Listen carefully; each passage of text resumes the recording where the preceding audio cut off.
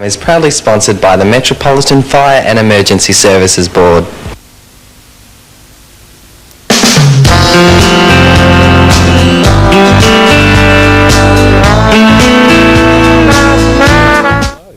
This is Profiles, this is Bent TV, this is Channel 31 and you're on Community TV in Melbourne and Geelong. And I'm Ralph McLean.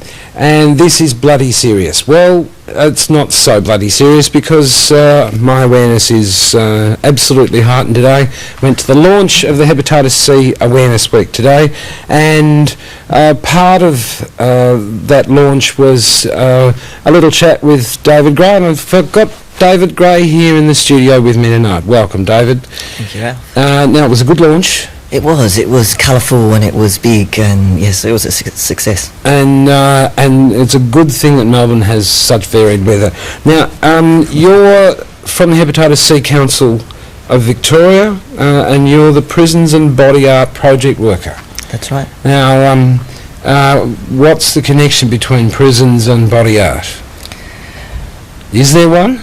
There is a bit of a crossover in the sense that there's a hell of a lot of tattooing and piercing that goes on in prisons, but they're two separate positions. So there's a bit of crossover in the work I do, but they are actually two different positions. I thought it might have been a job absolutely focused on prison tats. Yeah, a lot of people actually confuse that when I say I'm the prison and body art. They think I'm doing a body art in prisons, but no, different. It's a big job. Hepatitis C and focusing on those two subjects, but I'm not sure how big a job it is. Hepatitis C, many people got it? Roughly 220,000 people in Australia have hepatitis C, and that's about 1% of the population. Wow, so it's more than the number that have HIV? It would be, yeah. A lot more? Yeah. So what's the implication? Is it a death sentence? No, it's definitely not a death sentence. A lot of people actually do confuse HIV with hepatitis C. A lot of people would get a diagnosis of hepatitis C and think, oh my God, does that mean I'm going to die in 10 years?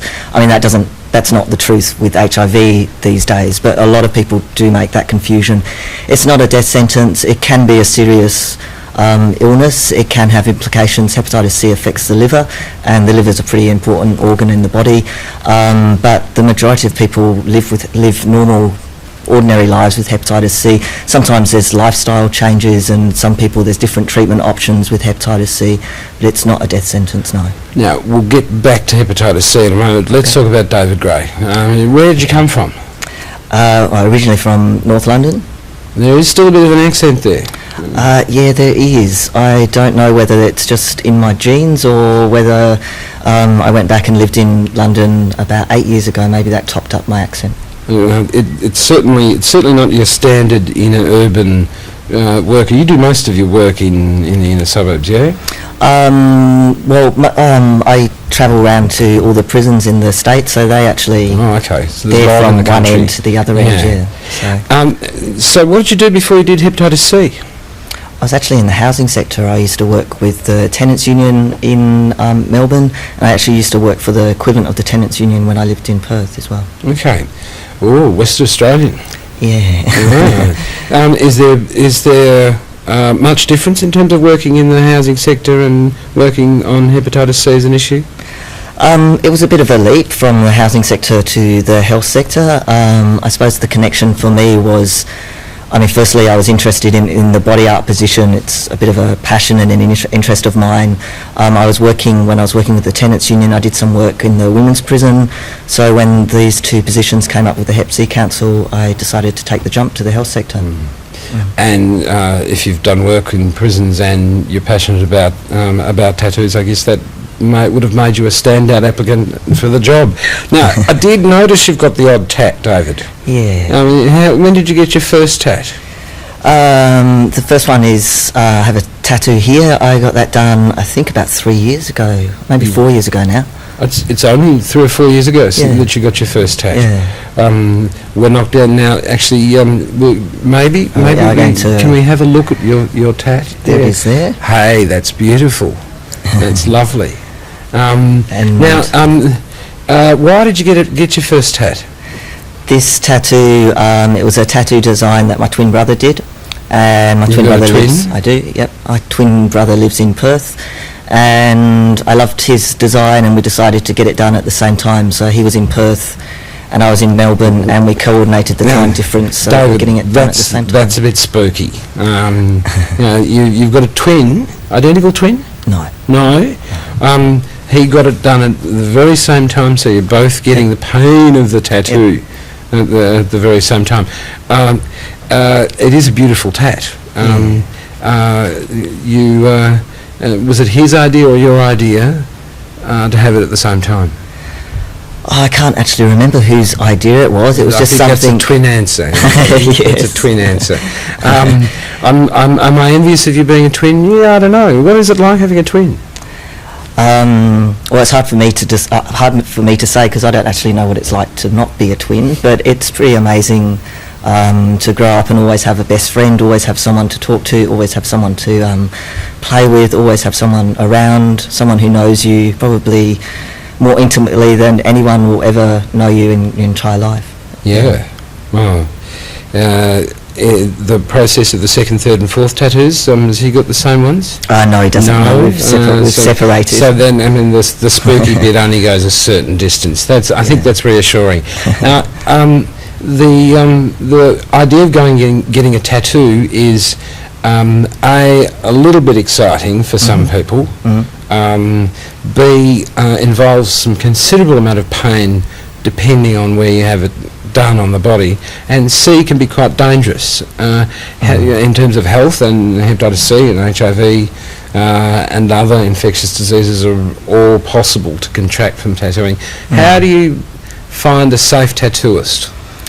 The message that I talk to people about, and especially talk to young people about trying to find a safe tattooist or piercer, is ask friends or acquaintances that have had tattoos or piercing done to get an idea of good tattooists or bad tattooists, because there are good and bad, to check with the council whether the tattoo or piercing studio is registered, although that doesn't necessarily mean that the actual tattooist in the tattoo studio knows what they're doing. Well, how do you work out whether they know what they're doing?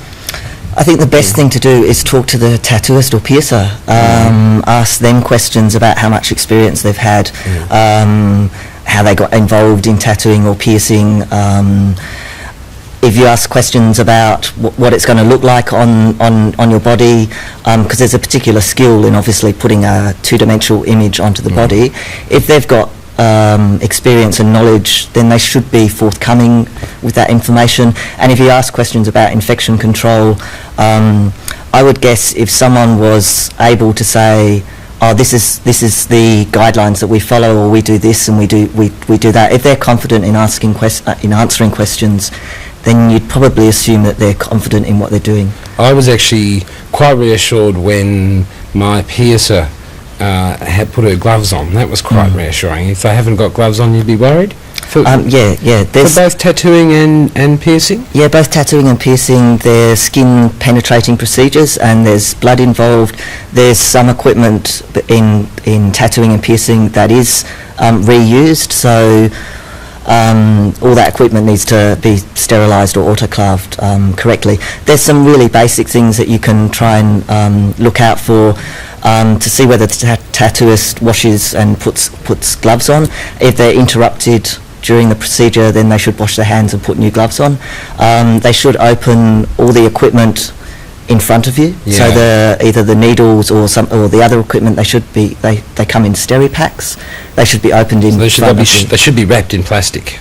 They're sort of like it's a plastic sort of like envelope that gets put through the sterilising or autoclave machine and then gets opened in front of you. Now, what should somebody do if sterile procedures aren't being pursued?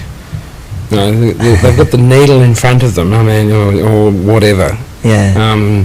Should you say, no, I don't feel safe, I'm going to run away? It's really tough. I mean, the last tattooing procedure that I was getting done, someone, the tattooist, and I won't say who it was or where they worked, but they did sort of do a major well, they grabbed for a bin with gloves on. They grabbed for the bin to drag it close to them, and then sort of like went directly back to my work. And it's sort of like one of those things that you're there, you're getting it done, it's half done, and I just sort of, my mouth just dropped, and it was too late for me to say anything. I did say something afterwards, but it was sort of too late. Was there lots of blood? No, I mean, realistically, that would have been like a tiny sort of like infection risk. But a tiny infection risk is still enough to contract hepatitis C, isn't it? It is, yeah. It's just one little speck of blood shared between two people, one of whom is hepatitis C positive and one of whom is not, for the hepatitis C negative person to become positive, yeah? Yeah, hepatitis C is a blood-borne virus, so the only way it's transmitted is blood-to-blood contact. So that means the blood from an infected person needs to enter the blood system of another person. So how does that happen normally? Well, in terms of like the highest risk factors, the highest risk is sharing injecting equipment. And when we say injecting equipment, it's needle, syringe, swabs, filters, spoons, and even hands. So, do we know how many, of the 220,000 people in Australia with hepatitis C, do we know what proportion got hepatitis C from sharing needles and other injecting equipment? What proportion got it from the blood supply? What proportion got it from going to a dirty tattooist? Well, I'd never used the word dirty tattooist. No.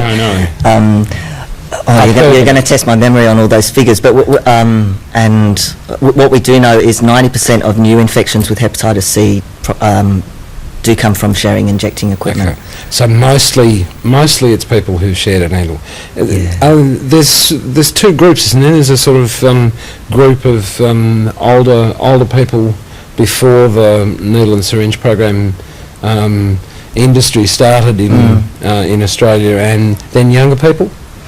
Yeah, I mean, a lot of people have experimented with drug use, so there would be sort of a lot of people, say 10, 20 years ago, that might have shared injecting equipment that might be hepatitis C positive.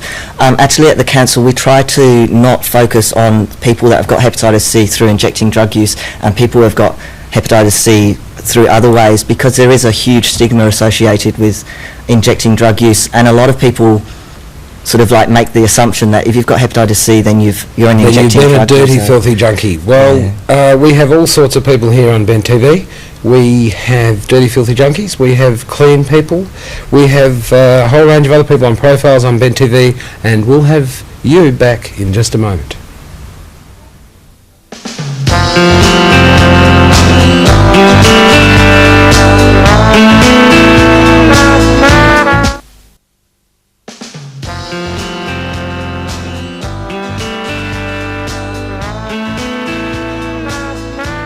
You're back on Profiles. I'm Ralph McLean. I've got David Gray from the Hepatitis C Council of Victoria, and it's bloody serious. Actually, that's the slogan for Hepatitis C Awareness Week, and of course we all know that this week is Hepatitis C Awareness Week. And it goes all week, David. Just before the break, we were talking about dirty, filthy junkies. Well, actually, we weren't really. We were talking about people who have been injecting drug users, and some of the stigma around that. Why is there a stigma? I think there's a stigma around injecting drug use because it's illegal. So I think a lot of people make the assumption it's illegal, so that means that people are going to that injecting drug users are all criminals, are all the ones that rob your house in Fitzroy to get their drugs, and of course that's a gross overgeneralisation. Absolutely, and we don't want a certain house in Fitzroy burgled tonight, do we? No, or anywhere else. It is a problem, injecting drug use in Australia, which has got many sides to it. One of the problems is this big debate we had earlier in the year about chroming. The notion of harm minimisation. People talked a lot about it then. It seemed to be about a naughty minister, but what is it actually about, this harm minimisation idea? Harm minimisation I mean, lots of people sort of confuse a lot of the words. I mean, what's the difference between harm minimisation and harm reduction? Basically, there's a theory of thought that I suppose I agree with, that drug use isn't a criminal issue, it's a health issue, and there's certain that we all have rights to be able to look after our lives as best as possible. So if people are going to use drugs, then how do they minimise the possible risk or the possible harm associated with using drugs? And I suppose that's what's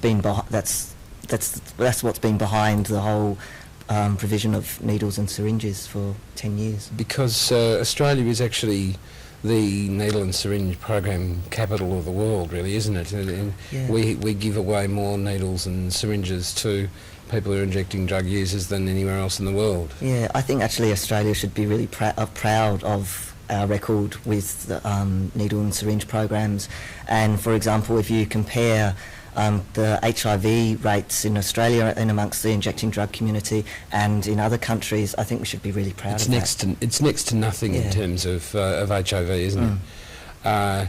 Whereas in some other developed countries where they haven't had programs, it has been very high. Is that right? It's certainly a lot higher. I can't give you sort of like specific figures unless they're sort of written in front of me. But yeah, no, it's pretty shocking when you look at those figures, because of course it's preventable. HIV is preventable. Hep C is preventable if you're careful and you're safe. We were talking about the numbers before. Hep C, 220,000. Yep. I think HIV has there's about 40,000 people who are HIV positive. HIV as a sector gets lots more money than hepatitis C. Why is that? Probably a lot of different reasons. Hepatitis C was identified as a specific virus in 1989, so we've only had just over 10 years of activism in the hepatitis C sector. Because there is sort of like that link with the injecting drug community, I think politicians sometimes are a bit sensitive about allocating resources to supposedly a group or sector that's involved in the injecting drug community. I guess it's not a case of nice white middle class gay men getting a disease in this case. But a lot of different people have gotten hepatitis C. There's not the tradition of coming out as a hepatitis C positive person as there is with HIV. Have we had famous people? We haven't really had famous people come out and say, I've got it. No, I can't think of anyone either. So that says a lot about the stigma, doesn't it? It does, yeah. Can we go on to the work you do in the prisons? What do you do when you get to a prison? The brief for the project I do was about increasing awareness about hepatitis C and preventing hepatitis C transmission in prison. That's huge, and that's really difficult to do in the prison system. What I do, I've done a lot of work with the peer educators in the prison system, and basically they talk to other prisoners about prevention, and they also talk to prisoners that might have just recently got a diagnosis about hepatitis C, about what it means. Do we know what proportion of the prison population have hepatitis C? We do. There's been a couple of studies. The average for the Australian average in prisons is about 40%. In women's prisons, it's actually over 60%. When I go into the prison system, I'm actually really careful with that statistic, because there's such a stigma about being a prisoner anyway, and you sort of like get labelled with the Hep C label as well. So I'm actually careful about that statistic, and careful when I talk to prison officers as well, because it does set up a bit of an us and them. Well, some of them would probably have hepatitis C too. More likely, yeah. The connection that doesn't exist between body piercing and prisons and hepatitis C is one connection. There's also the HIV. Hep C connection. What do they call co-infection? Co-infection. That's when you get the big bonanza of getting Hep C and HIV. Yeah. What are the implications of that if you get a diagnosis of both of those? We're finding more and more out about co-infection and about how those two viruses seem to interact with each other. I suppose the difficulty is that they're both can be two very serious illnesses. For example, if you have hepatitis C, that I've mentioned that it affects the liver, a lot of the antiviral treatment for HIV is actually quite toxic to the liver. So if you're on medication for HIV, then that actually can have an effect on your liver and your hepatitis C status.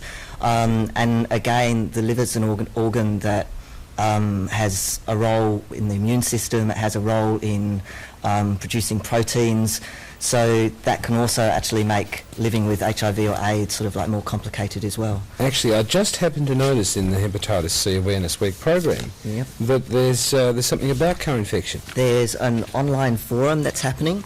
That happens very soon, this Wednesday. 7:30 p.m. How do you get online for that forum? Okay, now just let me get the details. You've got the details. You've got the address right here. You basically have to register online to be able to take part in the discussion. I'll give two numbers. I'll maybe give the Hepatitis C Council phone number, which is 9380 4644. So it's 9380 4644. Yep. And the email address that you need to get in contact with is petermcg, all in lowercase, at iprimus.com.au. That's who you have to register with to be part of the program. And it's happening on the 20th of March. Yeah, so that's this Wednesday. And you can get there by going to the Hep C website as well. Yep. www.hepcvic, or is it Vic Hep C? It's www.hepcvic.org.au. Okay, now that's co-infection. Yep.